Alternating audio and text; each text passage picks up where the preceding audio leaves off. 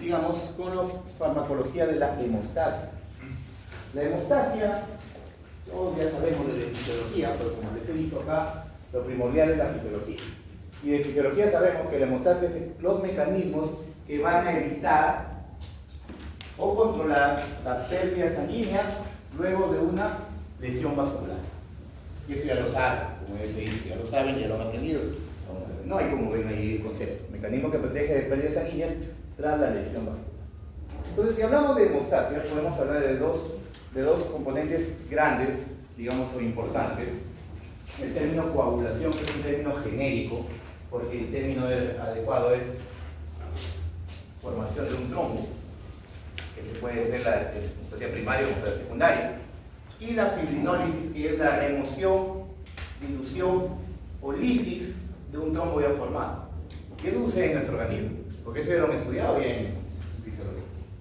Entonces podemos mencionar. Dar un ejemplo acá, ¿no? De un vaso, como ven aquí, que está intacto, se lesiona, inmediatamente aparece la formación de un trombo, que es el trombo blanco, o la hemostasia primaria. No es nada más y nada menos que la agregación plaquetaria, ¿no? Esa es la hemostasia primaria.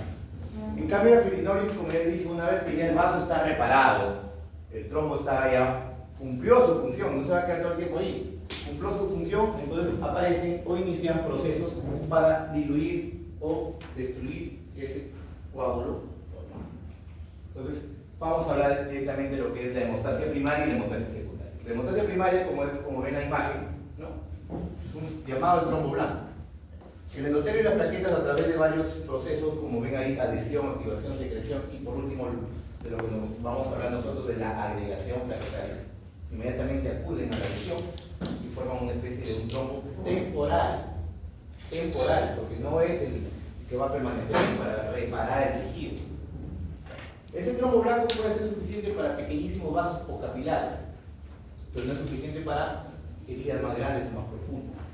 Entonces, luego de eso, bueno, esto se controla, se mide con el tiempo de sangría en el laboratorio, que es de 3 a 7 minutos. Luego de que ya el trombo blanco, digamos, se unió ahí, viene la hemostasia secundaria, no es nada más nada menos, como ven aquí, el trombo amarillo, que es la fibrina. ¿Y saben que la fibrina es la activación de qué factor? ¿Es la activación de qué factor es la fibrina? A ver, fisiólogos. El 1 es el fibrinógeno. Y cuando se activa, ¿qué se convierte? En fibrina. El 10 activado todavía activa el factor 2, que es la protrombina. Se convierte en trombina. Y este 2 activado, o trombina, activa el fibrinógeno, que es la fibrina. Trombo definitivo, o coágulo definitivo, que es donde ya empieza el proceso de reparación muscular. Entonces, esta formación del trombo amarillo, o la coagulación propiamente dicha, se va a dar por dos vías, que es el modelo clásico.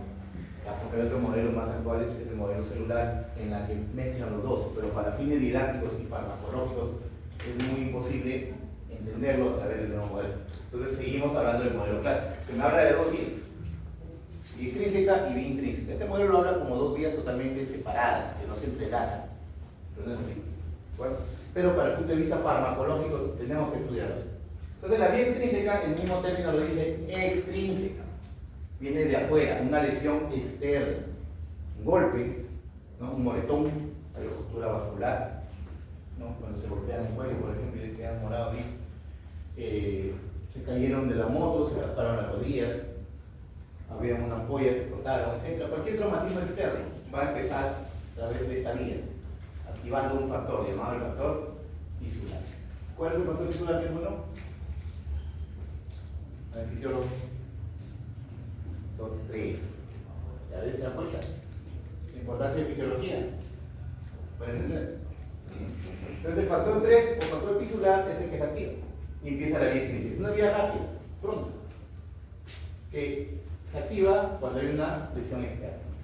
Es rápido. Se mide o se controla a través del TP, que es el tiempo de protrombina, y el INR, que es su índice, ¿no? La vía intrínseca, que se da por lesión endotelial, donde hay, digamos, contacto de la sangre con el colágeno del endotelio. Hay un contacto de la sangre, o hay un traumatismo sanguíneo. Por ejemplo, un una válvula protésica en la que es un elemento sintético, la sangre golpea y empieza a activarse la vía. Esa es la vía intrínseca. Los estados de trombosis venosa profunda, por ejemplo, fibrilación auricular.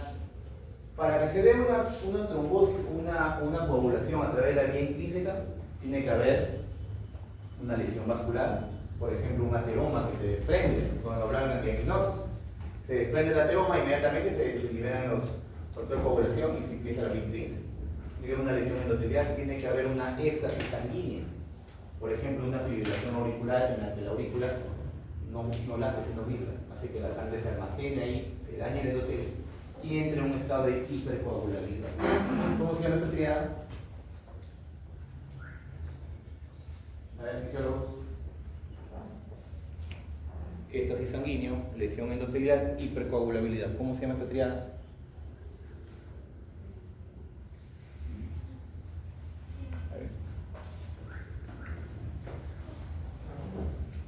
¿No sabe? De Virchow. Es la triada de Virchow, que se da en los estados trombóticos. Es la forma. ¿Por qué? Porque normalmente nuestra sangre no debería coagularse en nuestro vaso sanguíneo. Porque aparecen distintos mecanismos que evitan eso. Por ejemplo, tenemos anticoagulantes naturales, que es la antitrombina, tenemos la proteína C, proteína S, y si ya por ahí se formó un coagulito, inmediatamente aparecen los procesos de fibrinólisis, que vamos a explicar. Pero cuando hay una alteración de esta, por ejemplo, un estado de hipercoagulabilidad, una lesión endotelial o un éstasis, aparece la vía, se desencadena la vía. Esta se mide a través del TTPA, que es el tiempo de tromboplastina parcial activada, que es normal de 25 por 25. Entonces, si ustedes se dan cuenta, hasta ahí, de ahí viene lo que es la fibrinólisis, el coágulo ya se formó, ya cumplió su función, se reparó el tejido, entonces aparece lo que es, se activa el plasminógeno. El plasminógeno es una proteína que está circulando en la sangre. Este plasminógeno se activa por una sustancia llamada factores activador de plasminógeno y lo convierte en plasmina. Y esa plasmina es la que degrada el coágulo y deja ya el vaso. Entonces, para hablar ya de farmacología, tenemos que hablar de estas tres partes que hemos hablado: de primaria, de secundaria y fibrinolíticos. Entonces, los dos primeros van a evitar la formación de un trombo. Primero, que son los antiagregantes, que van a evitar lo que es la formación de trombo blanco, o sea, van a evitar la agregación plaquetaria.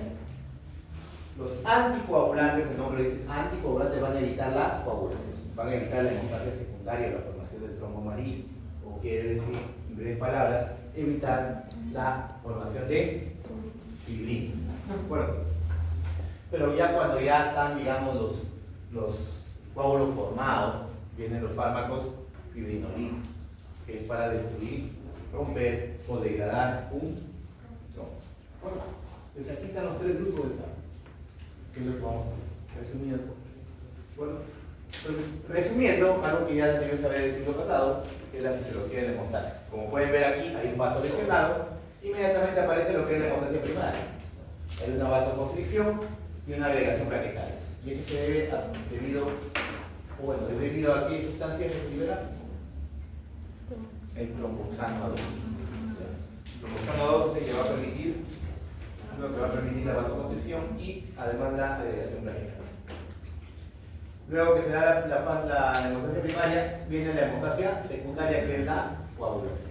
Y a través de sus dos vías, ¿no? La vía intrínseca y la vía intrínseca, ambas van a converger en una sola vía.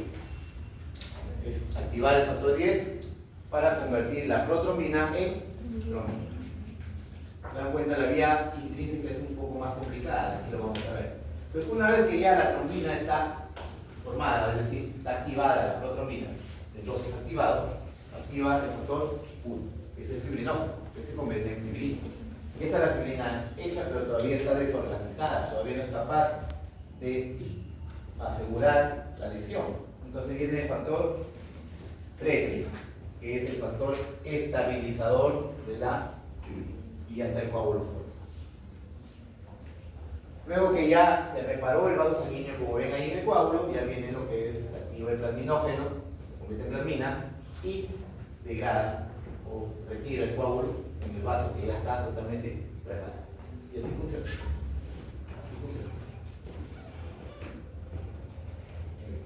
Entonces vamos a la clasificación de todo lo que hemos hablado. Tenemos antiagregantes, que tenemos los inhibidores de la COX, que ya sabe cuál es la antiagregantes. Los inhibidores del ADP, o mejor dicho, del receptor P2Y12, es el clopidogrel. Los inhibidores G2B3A, que es una proteína también de la agregación como la cizimab, solamente lo vamos a mencionar. Tenemos los anticoagulantes, tenemos los parenterales indirectos como las heparinas, tenemos los parenterales directos y orales directos como los inhibidores de la trombina. Tenemos ahí el dabigatran, que es vía oral. Tenemos los inhibidores directos del IES activado como el rivaroxaban, y tenemos los inhibidores de la vitamina K, que son anticoagulantes orales indirectos, ¿no? Como la warfarina. Y por último, el último grupo, que son los fibrinolíticos, como ya les mencioné en su momento, su función es degradar el trombo deformado. Tenemos los de primera generación, antiguos ya en desuso casi, como la estreptocinasa o uroquinasa. Los de segunda generación, que son los que se usan actualmente, como el TPA tetrasa, y los de tercera generación, que no lo encontramos en nuestro seguro. Tenemos los antiagregantes plaquetarios. Primer grupo, uno de los más utilizados, ustedes lo vamos a utilizar. Aquí tenemos, como ustedes se dan cuenta, tenemos una plaqueta. Y hay varias vías, ¿no?, que van a implementar una agregación plaquetaria. Tenemos las fases de activación, secreción y agregación, que es lo que nos interesa, ¿no?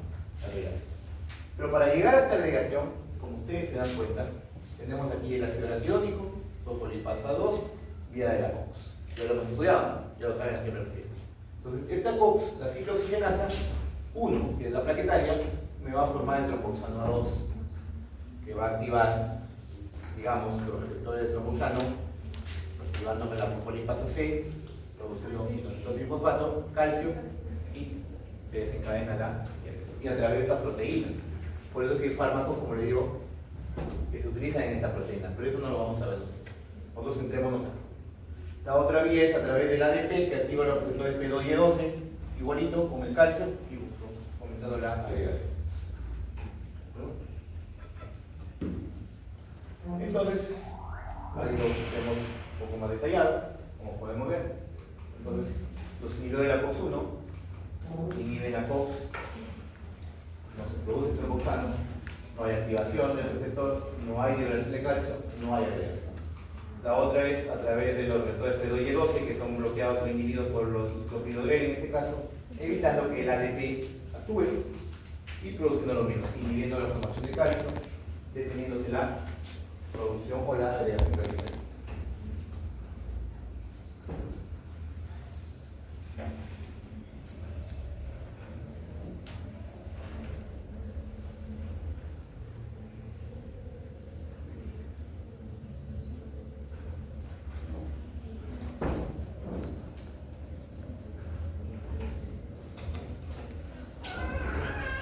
Entonces, como les seguía mencionando, estas dos vías son las que vamos nosotros a hablar.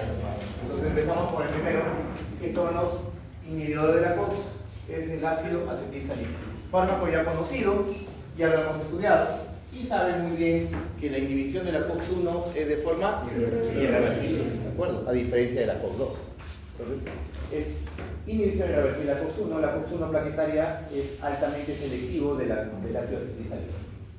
Otra cosa más importante, que para inhibir la COX-2, es decir, el fármaco como antiinflamatorio, es adosisal. Es adosisal.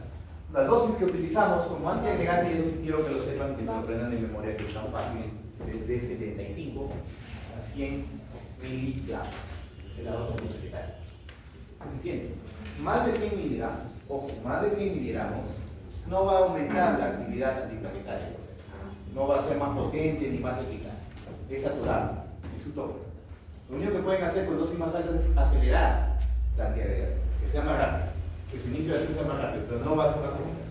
Ya con dosis más altas pueden llegar a inhibir la COX-2. Por eso es que la dosis como antiinflamatorio de la aspirina es 500 miligramos cada 8. Estamos hablando de 1500 al día. Y la dosis antiagregante es suficiente con 100 miligramos al día. Por eso que sus efectos adversos como antiagregantes por sí sola son mínimos. Por sí sola. Vamos a hablar de eso. Entonces, inhibe la producción de triptofano 2, como ya lo vieron. No tiene mucha actividad en las toxinas, que mayormente la toxina es producida por el endotelio. Y es importante que el efecto dura toda la vida biológica de la planta, o sea, de 7 a 10.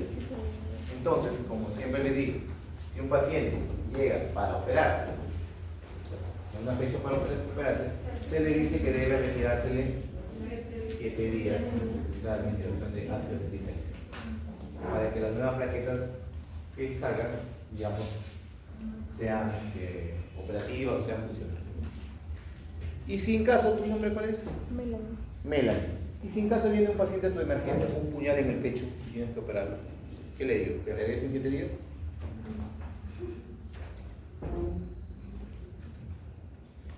¿Qué hago? ¿Tú qué hago? ¿Qué hago? ¿Ah? Sí, con un puñal en el pecho. Con el cuello, como quieras, pero tienes que operarlo ya sí o sí.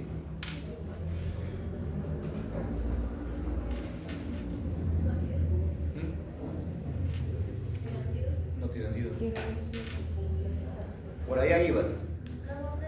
Por allá ibas, he dicho, ¿no? Por ahí ibas. ¿Qué? Te transfundo plaqueta. Para transfundir plaquetas, las plaquetas transfundidas son plaquetas que están funcionales, que están operativas. ¿De acuerdo?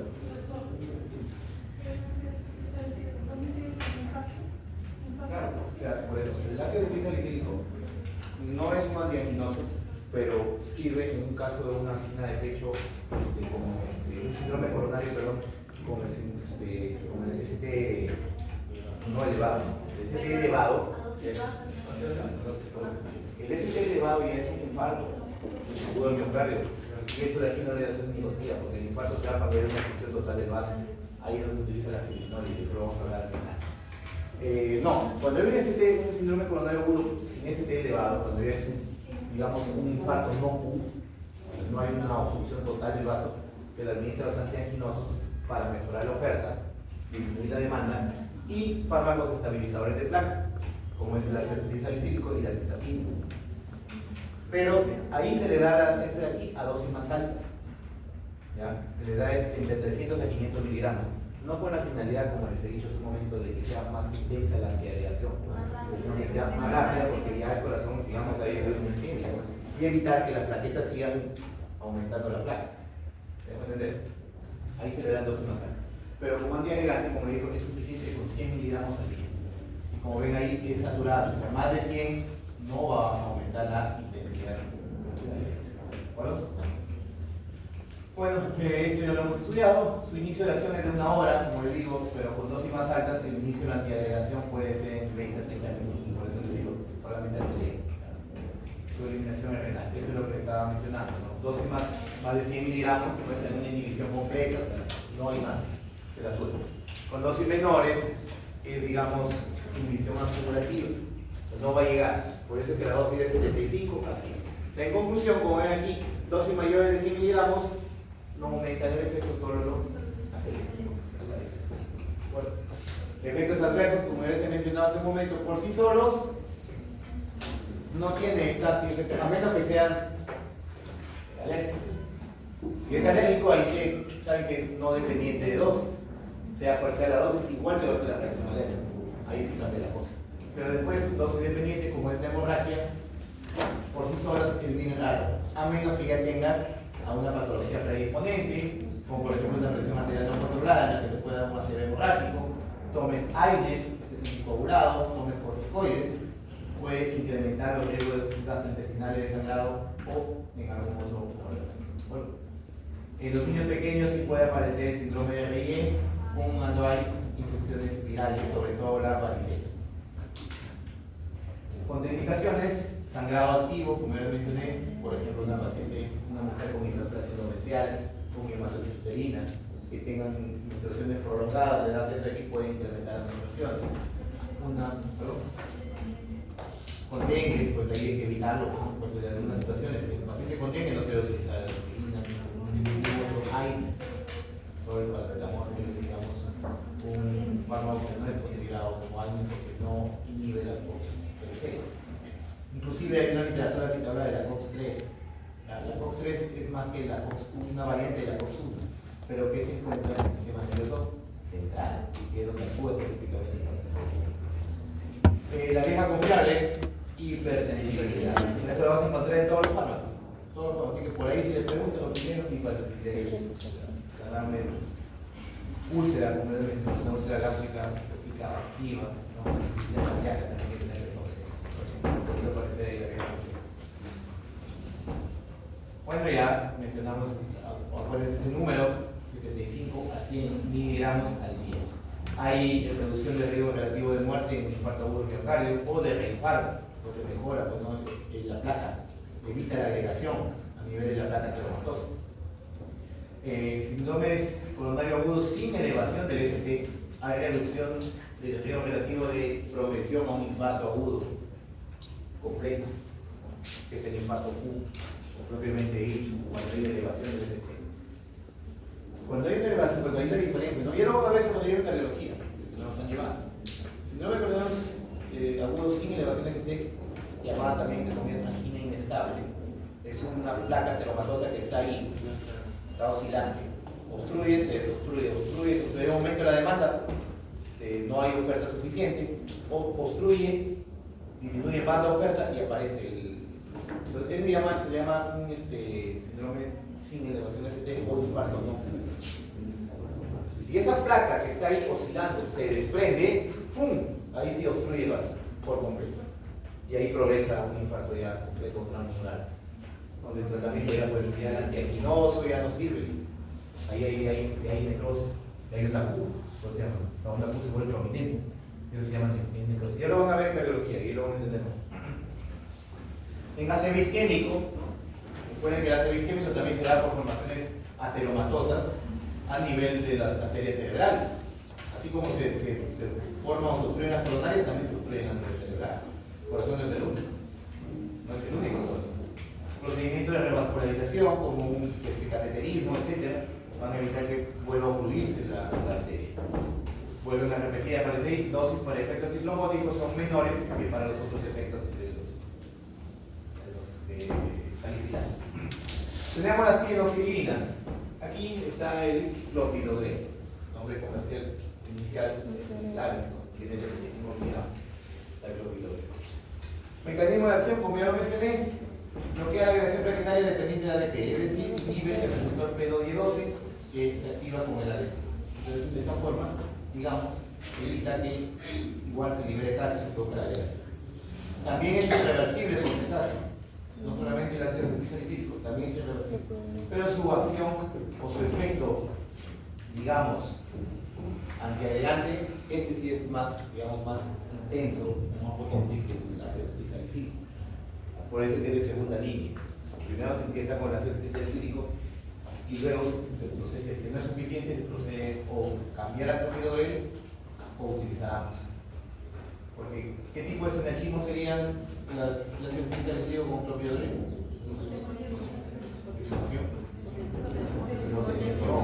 Si uno actúa en el COX y el otro actúa en el otro receptor, son dos receptores distintos.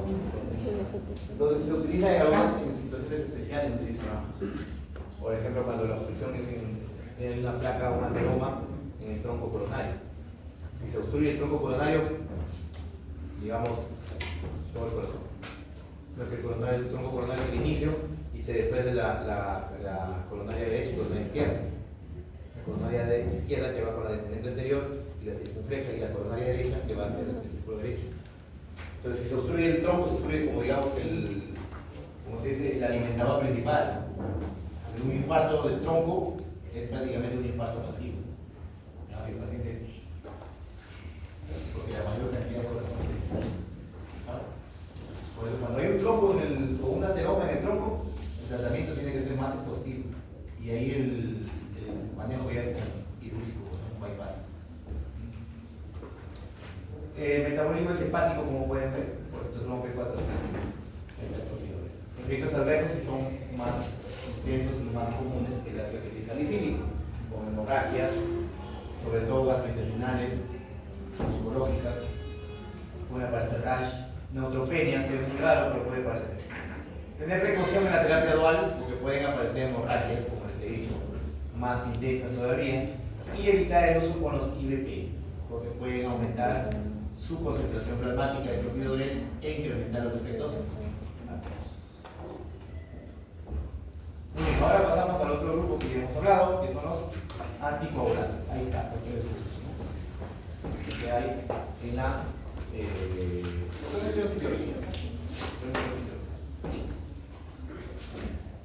los nombres supongo que se los suele saber, ¿no?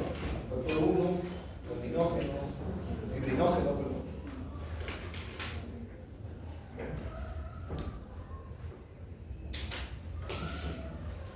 Núñez Rodrigo, dime, ¿cómo se llama el factor 6?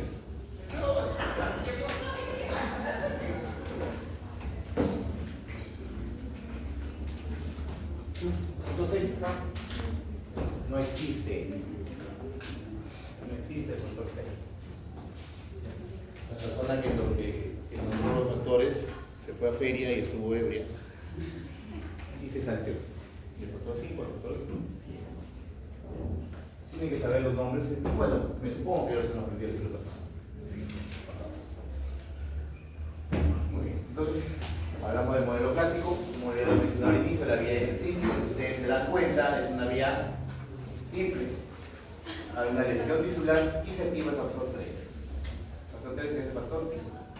Y por acción de la activación del 7 y el calcio, activa el factor 10. Y aquí viene la vía común. El factor 10 activa la trombina y el fibrinógeno.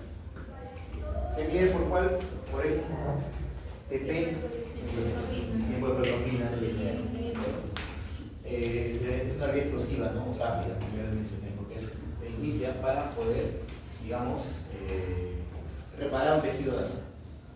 La vía intrínseca, como ya mencioné hace un momento, es una vía mucho más compleja. Una vía mucho más compleja. ¿Por qué? Porque hay que evitar que la sangre se coagule por sí misma. Si se coagula sola, no es compatible con la vía. Pero aún así, como les digo, van a haber situaciones que se puede escapar por ahí. Para eso están los anticoagulantes naturales. Por ejemplo, la antitrombina. El nombre lo dice, antitrombina. Por lo tanto, ¿qué factores se inhiben? El 2 activado, que es la antitrombina. También inhibe el factor 10 activado. La antitrombina. También tenemos la proteína C, proteína S, que van a mantener un equilibrio.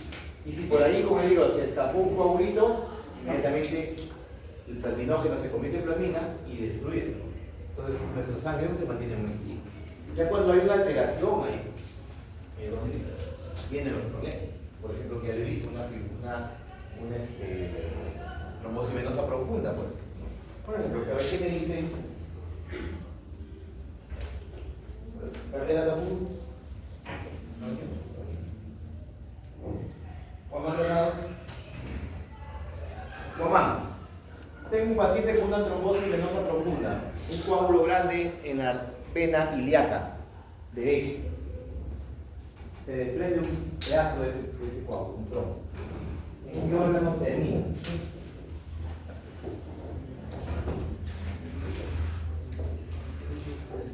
La arteria ilíaca derecha. ¿No en qué órgano termina? Se desprendió el coágulo de la vena. ¿En qué órgano termina? Es un coágulo, está saliendo, está ocurriendo. Tiene que terminar en un sitio.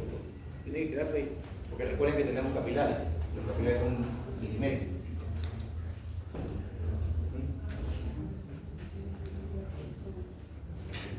Oye, a nivel renal. ¿Cómo?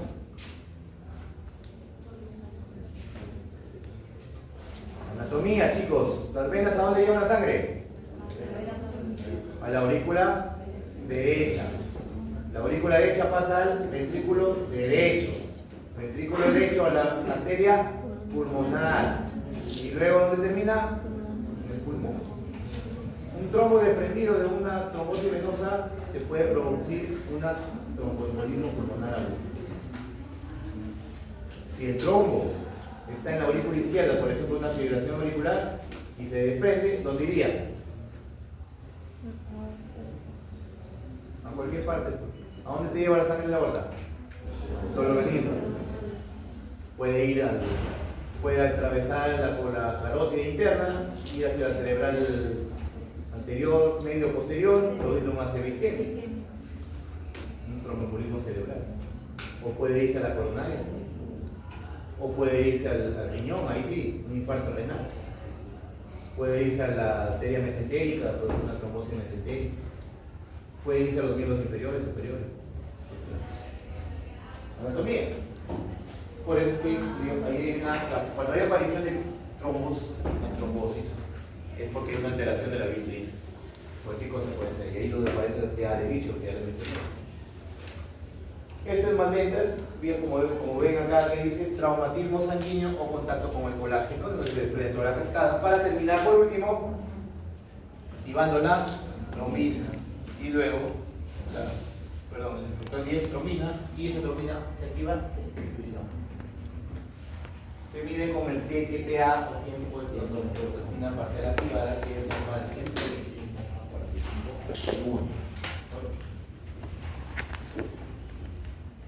Pues aquí resumiendo, ambos terminan, como le dije, activando el factor 10, la vía común, activa la protrombina y termina al final activando el fibrinogen. Y ahorita la formación de fibrinogen se de todos los necesitados. Entonces, hablaremos de los dos grupos de anticoagulantes parenterales y orales. Los parenterales tenemos dos grupos, indirectos y directos.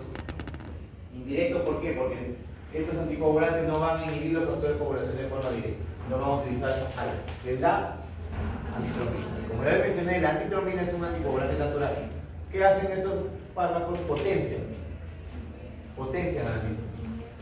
Potencian. Entonces, esta antitrombina va a inhibir prácticamente el factor 2 y el factor 10 activado en el cuerpo. Tenemos las heparina no fraccionadas, las de bajo peso molecular y el fondaparinux, que es un inhibidor exclusivo del 10 activado de forma indirecta. Bueno, tenemos los directos que bloquean al receptor 2, al factor 2 activado, no dependen, no como la iodina o el algo. No lo vamos a estudiar eso porque no teníamos, no lo van a reducir tampoco. Orales, también tenemos directos que van a inhibir de forma directa el factor 2 activado o trombina, que es el dabigatran, o van a inhibir directamente el factor 10 activado, que es el rivaroxaban, apixaban o casaxaban. El mismo nombre lo dice. Quizá dentro de su nombre para que se les haga fácil. Y los orales indirectos, que son los antagonistas de la vitamina A, la warfarina. A ese grupo se denomina humarini. Si ustedes se dan cuenta, como ya lo hemos mencionado hace un momento, los indirectos a través de la antitrombina activan el factor 2 activado y 10 activado. Este de aquí bloquean de forma directa, endovenosa, el 2 activado. Este de acá oral directa, 2 activado, oral directa, 10 activado. ¿Se dan cuenta? Y este de aquí es la warfarina, que a través de la inhibición de la unión con la vitamina K inhibe los factores K dependientes. ¿Cuáles son?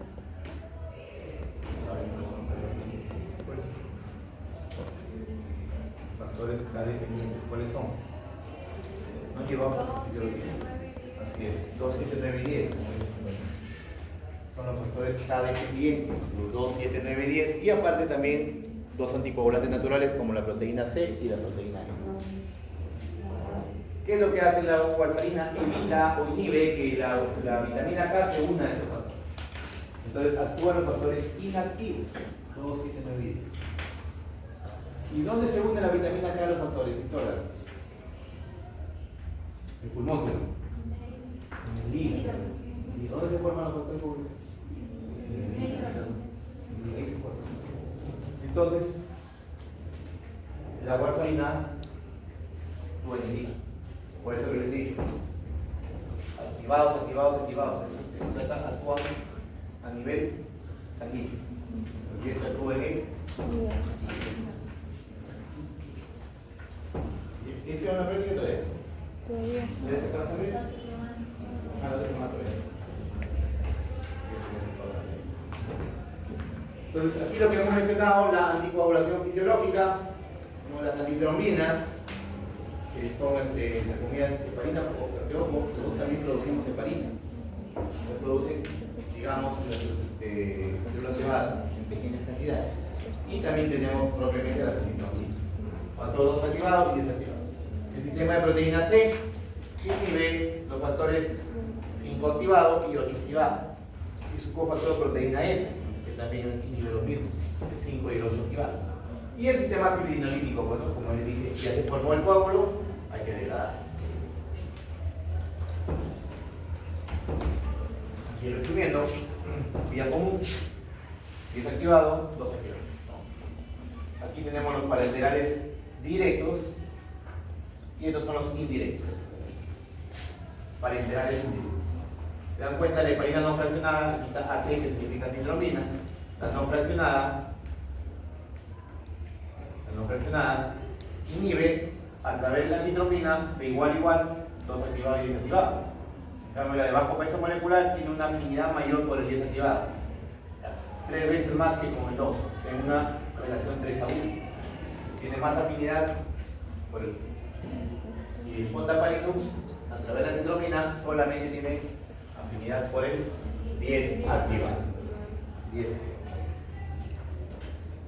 Entonces hablamos de las heparinas. Las heparinas, como ven aquí, no fraccionada, y la heparina de bajo peso molecular. La que usamos nosotros es la enoxaparina. Entonces, si hablamos de la heparina no fraccionada, recuerda, como ya mencioné, se une a la antitromina 3 potenciándolo, como ven acá, su efecto. No, así como ustedes ponen en el WhatsApp por 2, por 3, por 1000, así bueno. Ya. Y a ver, ven ahí potencia su efecto 1000 veces. Entonces, su potenciación es alta. Porque actúan de forma indirecta. ¿De acuerdo? Directamente, por eso no me dice antitrombina, irreversiblemente con la 2 activado. Y otros factores, el más importante es el 10 activado. Por eso hablamos nosotros exclusivamente del 2 y el 10 activado. ¿Cómo se llama el factor 10? Stuart-Crower. El factor de Stuart-Crower. Prolonga el TTPA, que es el tiempo de tromboplastina parcial activa. La vía intrínseca. Entonces, la heparina, como ya ustedes vieron aquí, actúa a través de la antitrombina 3. También producimos nosotros heparina. Entonces, digamos, su efecto varía, el coagulante varía en un individuo u otro, porque tenemos también una sustancia similar en dos. ¿Ya? Entonces, siempre que se da, digamos, viendo, digamos, el efecto, midiéndose a través de TTPA. La heparina, como se usa endovenosa exclusivamente, porque la heparina se puede utilizar la no fraccionada, endovenosa subcutánea. Mayormente, de forma subcutánea tenemos una alternativa mejor, que es la venosa.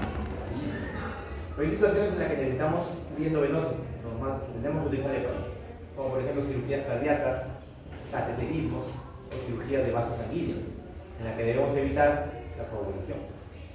Luego, si es un tratamiento diario, es preferible utilizar las de bajo peso molecular. ¿De acuerdo?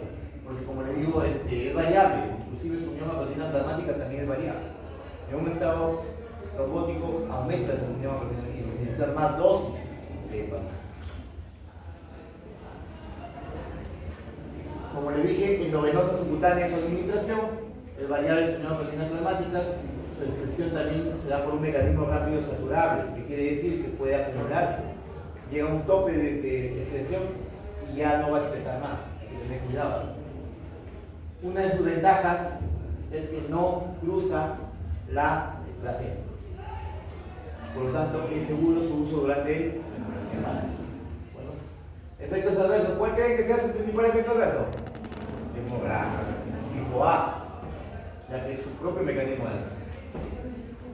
La hemorragia o el efecto adverso va a ser mayor si la administración es endovenosa intermitente más que continua. ¿Por qué? Porque como ustedes van administrando de a pocos, recuerden la curva farmacocinética. Hace un pico, ¿no? luego baja. Después de varias horas, otro pico y luego baja. Esos picos pueden provocar hemorragia. En cambio, usted la administra de forma continua, lo colocas en una vía, hace un pequeño pico al inicio y luego se mantiene la concentración plasmática. Y se evitan el. Y eso no va con solamente con la heparina, sino con todos los fármacos. Cuando se administra de forma continua o en polvo. Puede provocar trombocitopenia porque se une a las plaquetas, puede disminuir hasta un 50% su número de plaquetas. También puede provocar osteoporosis porque estimula la acción de los osteoclastos, que son células que activan la resorción ósea.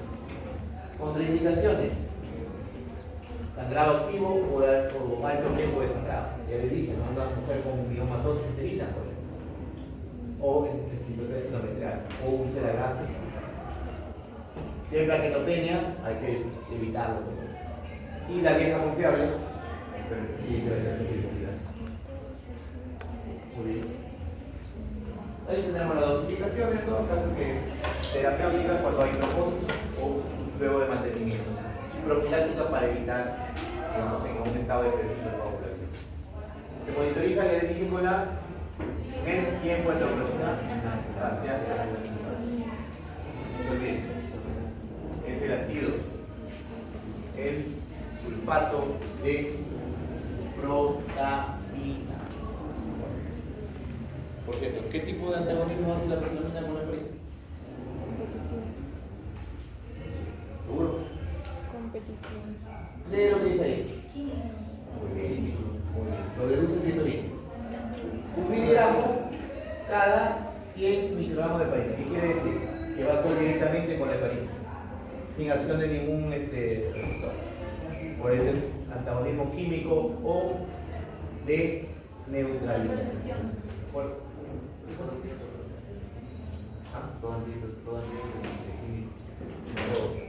La atropina, que es un antídoto, por ejemplo, con anticolinesteroles, es un antídoto psicológico. En cambio, las toxinas son químicos, son todos los antídotos.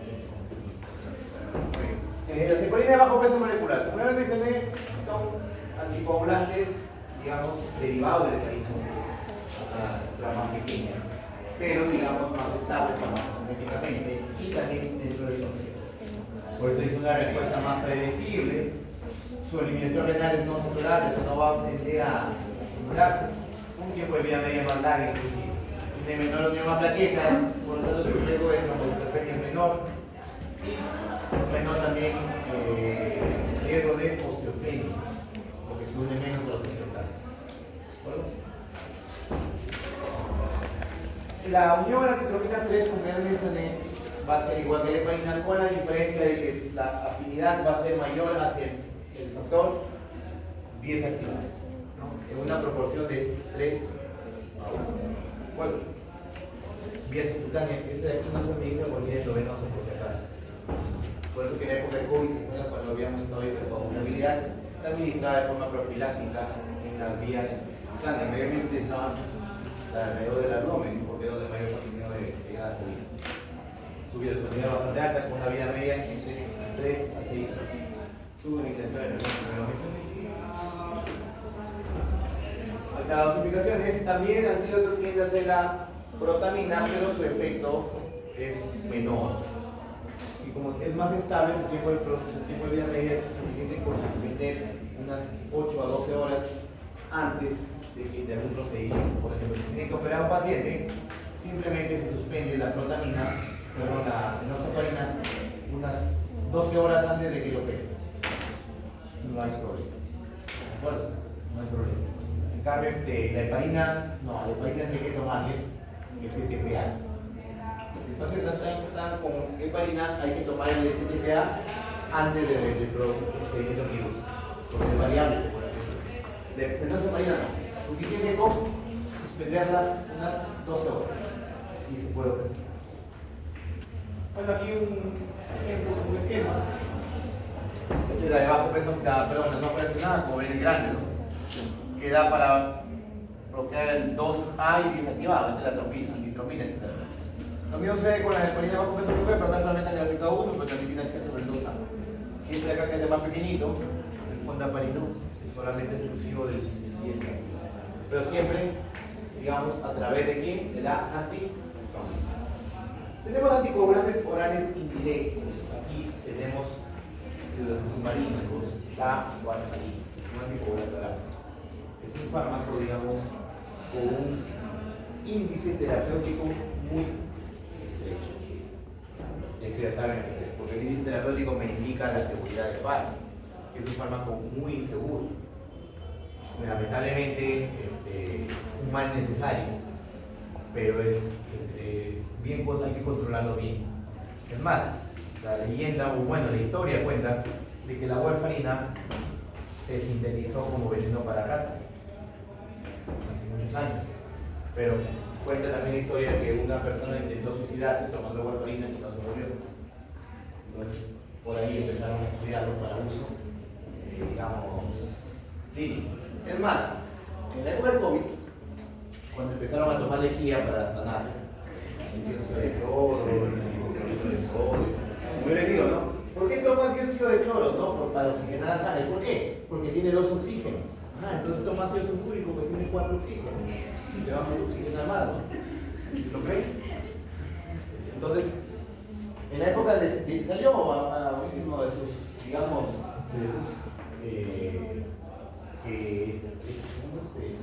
pregonaban el uso del cloro, decían, no, hay mucha gente que dice que es veneno, que es un limpiador, pero la warfarina fue usada como veneno para ratas y ahora lo utilizan. Entonces querían creer que era lo mismo, ¿no?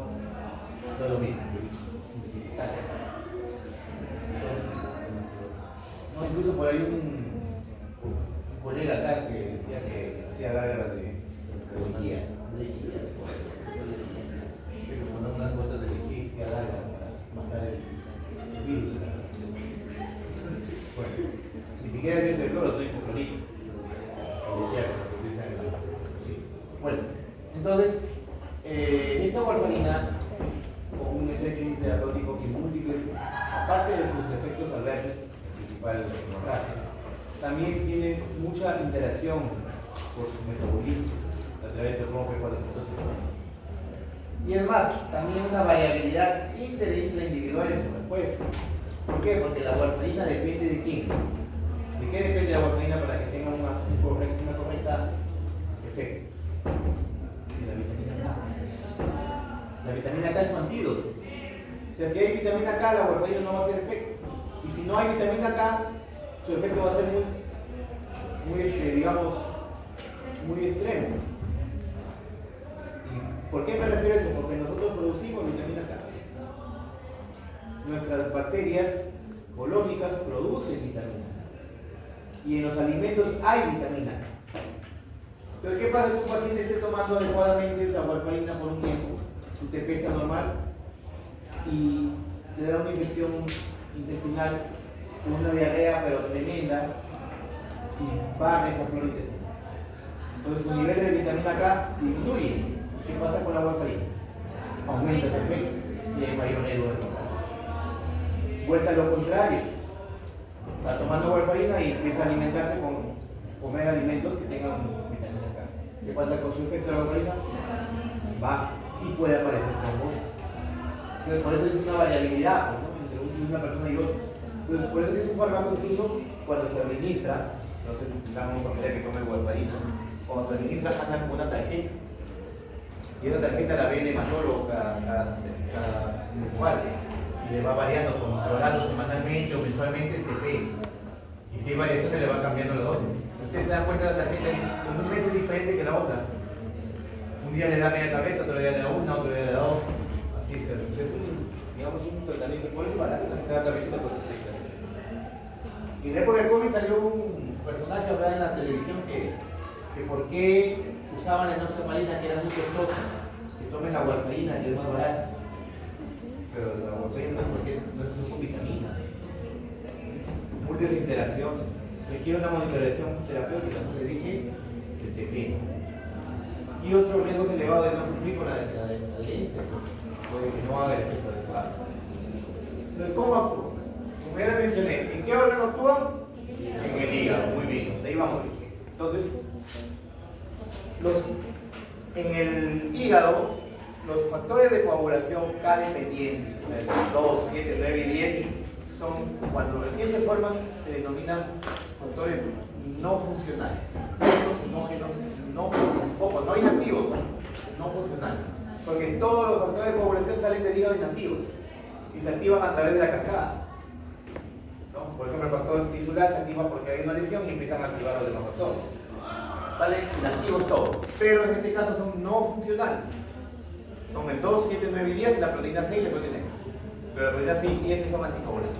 Entonces los factores de coagulación no funcionales tienen que unirse a la vitamina K por acción de la enzima glutamita carboxilasa gamma o gamma glutamita carboxilasa para convertirse en un factor funcional. Y sale el 2, 7, 9 y 10 y sale a la sangre para activarse si el caso se requiere. Así funciona, ¿de acuerdo? Pero la vitamina K primero está oxidada, tiene que reducirse y se reduce a través de una enzima que es la vitamina K oxidorreductasa. Y reducida más esta enzima se une al factor de coagulación y ya sale funcionando. Pero ¿qué hace la warfarina? Inhibe las enzimas. Inhibe ambas enzimas. Entonces, al inhibir las enzimas, evita que la vitamina K se una y sale tal como está, no funcional, al torrente sanguíneo. Y ya no se va a activar. Como son no funcionales, no se van a activar en la cascada. No van a poder participar en la cascada. Por lo tanto, la sangre no va a coagular. Así funciona. El inicio de acción, porque su inicio de acción de la warfarina demora también, por supuesto. Demora de 3 a 5 días. ¿Por qué? Por eso. Por la vida media de los factores de coagulación. Si ven ahí que un factor, por ejemplo, el factor 2 demora 50 horas, ¿qué quiere decir? Que hay factor funcionante circulante. Y hay que esperar todo ese tiempo para que el factor circulante se metabolice y el otro factor nuevo que está saliendo no funcionante pues no produzca la coagulación. Pero aquí existe una peculiaridad, que la proteína C, por ejemplo, que es un anticoagulante natural, su tiempo de vida es menos. Por lo tanto, esta se va a consumir antes que esta. Por eso que puede producir el efecto al inicio, un efecto procoagulante. El primer y segundo día de warfarina puede producir más bien más tronco. Por eso es importante utilizar junto con heparina, sobre todo la enoxaparina. O sea, se inicia con warfarina y se administra al mismo tiempo subcutánea enoxaparina. Y después de 3 días se toma el TPNR y se ve que está en el rango terapéutico, que es de 2 a 3, y se suspende la enoxaparina. Ya se queda con esa dosis con controles posteriores. A eso se llama terapia puente. La administración de la heparina se llama terapia puente porque el anticoagulante de la heparina viene de la warfarina C.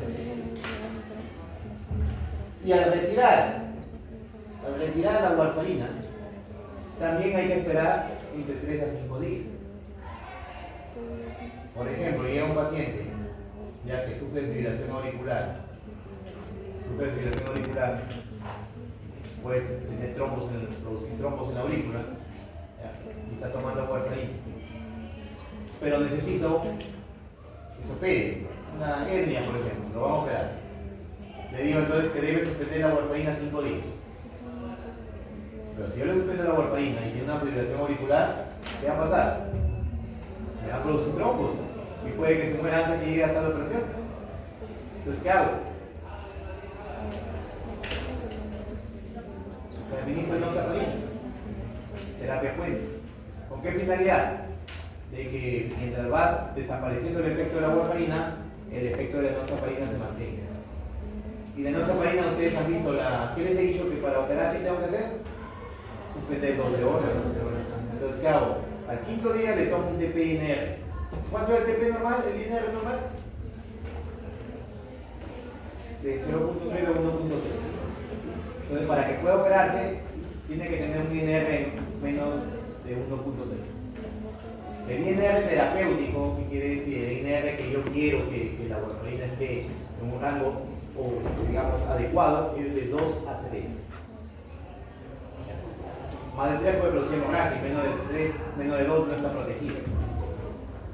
No confundir, yo le digo por qué, porque yo he preguntado a veces en el examen cuánto es el INR terapéutico y me marcan, como me escriben, menos de 1.3. No, menos de 1.3 es normal, lo que tenemos nosotros. Si yo le administro warfarina porque quiero mantener anticoagulado, entonces su INR debe estar en 2 o 3, en ese rango está protegido. Pero se llama INR terapéutico. Bueno, entonces, si yo le suspendo la warfarina 5 días porque tiene que operarse, le administro enoxaparina, le tomo un INR y me sale 1.2, por ejemplo, y el paciente puede operarse. Entonces, ¿qué hago? Suspendo la enoxaparina 2 horas y se opera. Así funciona. Y así van a ver cuando van a suspender. Una buena biodisponibilidad, alto en proteínas plasmáticas, esta sí cruza la placenta por si acaso, es teratogénico, o sea, contraindicado en la gestación. Un tiempo de vida media también prolongado, puede ser duración durante 2 o 5 días y su metabolismo hepático es por el citocromo P450 y es bastante, digamos, interfiriente con otros medicamentos, otros fármacos. Y otra también, 30% de la población es un metabolizador lento. O sea, puede haber consecuencias de aumento de concentración plasmática. ¿Qué empieza por la orina y por las heces? Bueno, efectos adversos, hemorragia. Si un INR es entre 2 a 3, o sea, el terapéutico, el riesgo de hemorragia es muy pequeño, menos de 5%. Pero si el INR aumenta más de 3, puede incrementar hasta 10 al año, 10% al año. Inclusive, si es que su INR sube mayor de 4, el riesgo de hemorragia puede incrementar un 40-50%. En pacientes adultos mayores también, si hay antecedentes de sangrado o antecedentes de enfermedad cerebrovascular. Pacientes con alcoholismo también, debido a la interacción que hay en el hígado, ya que también compite por el mismo tipo de metabolizador. Sangrado intestinal. El antídoto, ya le mencioné, es la vitamina. Entonces, si yo le digo, así, al ejemplo similar, como lo mencioné al inicio, llega un paciente con un puñal en el pecho y está tomando warfarina, ¿qué hago?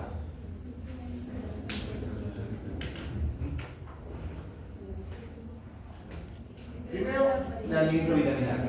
Pero la vitamina K, su efecto todavía demora unas 12 horas. No me va a ser suficiente, tengo que operarlo ya. ¿Qué hago? ¿Qué hago? Hago medita. Como orar, saco las fotos de confirmación. ¿Qué hago? Sí, no el Facebook y el YouTube. El trasfondo, ¿qué es el trasfondo?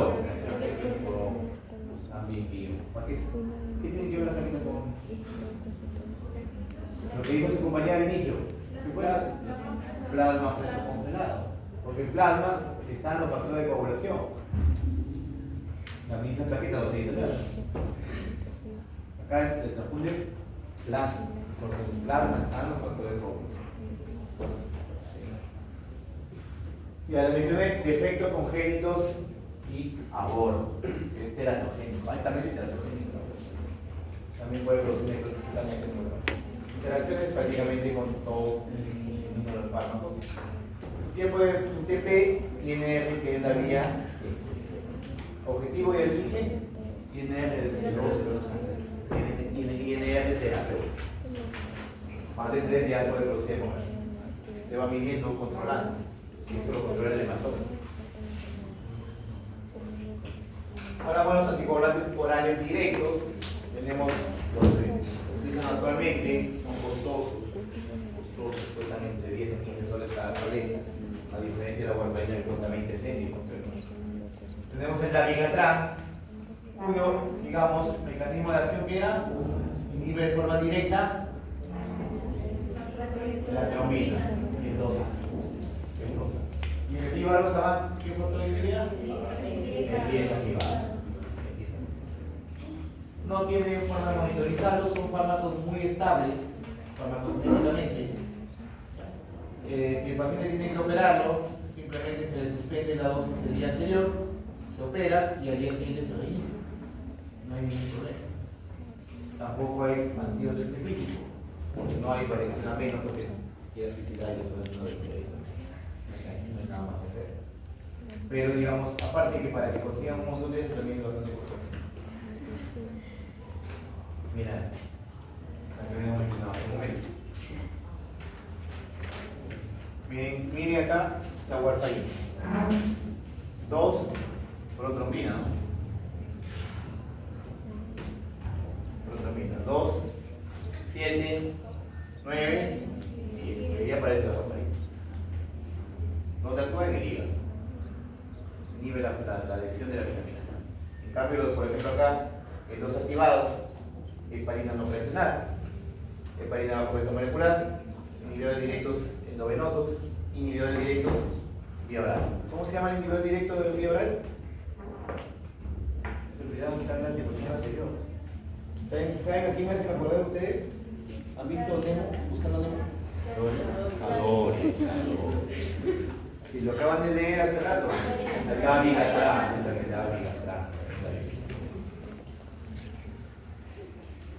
Y es activado, heparina no presionada, de bajo peso molecular, el pentasacárido, y los inhibidores 10A directos, ¿cuál es? Rivaroxaban. Muy bien, y por último, ya para terminar, tenemos los fibrinolíticos, fármacos que van a destruir, degradar o lisar los coágulos. Ahí lo dice, disolución de trombos y depósito de fibra. Actúan de forma indirecta.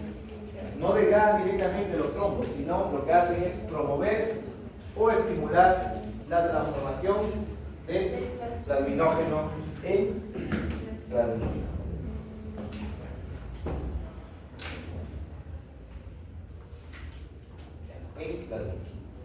Tenemos dos grandes grupos. Los de primera generación, que ya hemos hablado, los no fibrinoespecíficos, son antiguos. ¿Por qué no fibrinoespecíficos? Porque no solamente van a activar el plasminógeno unido al coágulo, sino también estimular. Entonces, pueden provocar, digamos, hemorragias. Recuerden, estos fármacos se usan en situaciones de emergencia. No son fármacos que les vas a dar todos los días, por una semana, un mes. Son situaciones de emergencia. Cuando hay una trombosis, un tromboembolismo pulmonar agudo, por ejemplo, un tromboembolismo cerebral, un infarto agudo del miocardio, es de emergencia. Y sirve durante las 3 primeras horas del evento. ¿Por qué? Pues, ¿cuál es la finalidad de disolver un coágulo? Revascularizar, ¿no? Restituir el flujo sanguíneo, ¿no? ¿Y qué pasa qué sucede si ya pasaron más de 3 horas desde el tejido ya no sirve? Y hay una necrosis total. Por las puras no hay puede producir un efecto adverso. Si es que no se ve, puede producir un efecto adverso peor, mejor. Los fibrinoespecíficos, que son los de segunda y tercera generación, que van a activar sobre todo el plasminógeno, digamos, que está donde están los trombos de coágulo. Y tiene muy poco efecto sobre el plasminógeno circular. Es el activador tisular del plasminógeno como el alteplase. Y el de tercera generación como el tenecteplase, que tiene una mejor estabilidad farmacocinética. Pero, como digo, no tenemos.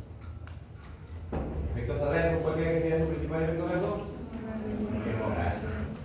Acto gastrointestinal, ácido hemorrágico, sobre todo el hemorragia, un 1% de primera generación. El alteplasa es 0.3% su riesgo. Otras, las de primera generación, pueden producir reacciones alérgicas, hipotensión, inclusive alza térmica. Indicaciones, como ya les mencioné, infarto agudo del miocardio ST elevado, que es un infarto transmural con oclusión total de la carótida, de la coronaria, un ACV isquémico, igual de menos de 3 horas de evolución, o un tromboembolismo pulmonar masivo. Se dan cuenta ustedes, las indicaciones son situaciones de suma emergencia. No queda de otra más que porque los efectos adversos son fatales, pueden ser fatales. Entonces, tienen un índice terapéutico más estrecho que la warfarina. Está las principales contraindicaciones, tanto absolutas como relativas. Inclusive el embarazo está como una contraindicación relativa. Muy bien, chicos, ¿preguntas? ¿Hay preguntas? ¿Seguros? ¿No han entendido todo o no han entendido nada? Bueno, jóvenes, 10 minutos de break.